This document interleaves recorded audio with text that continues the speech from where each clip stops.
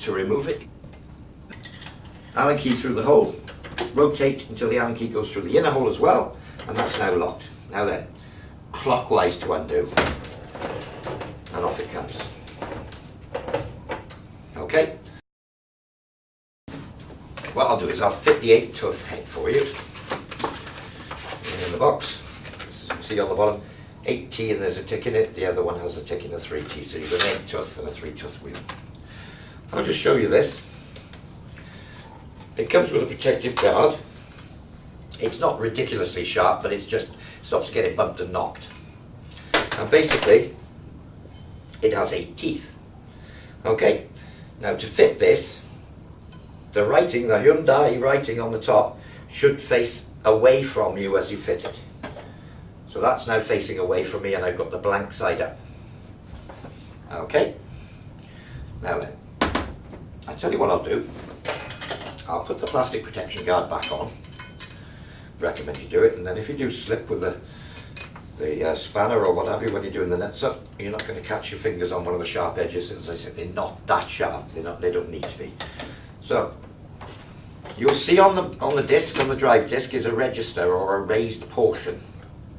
I've got the key in there locking the shaft, and that raised portion there fits just nicely on the hole in the disc.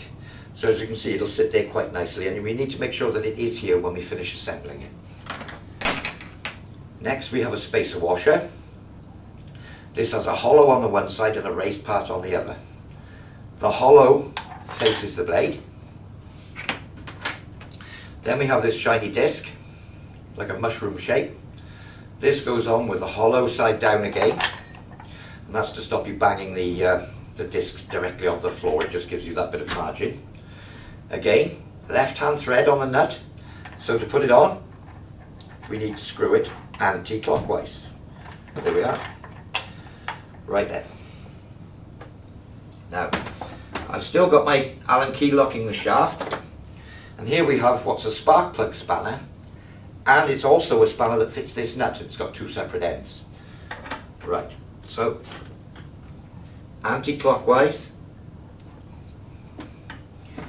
It's a nylock nut, so it is quite firm all the way down until it's tight.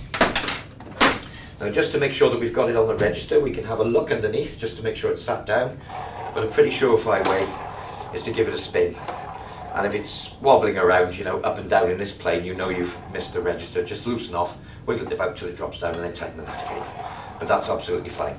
So that's how to fit the brush cutting blade. As I said, that's the 8-tooth brush cutting blade, and pretty much I'll show you it.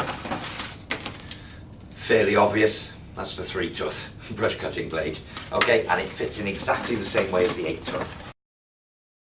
Okay, you'll see in the end of here is a transit plug again.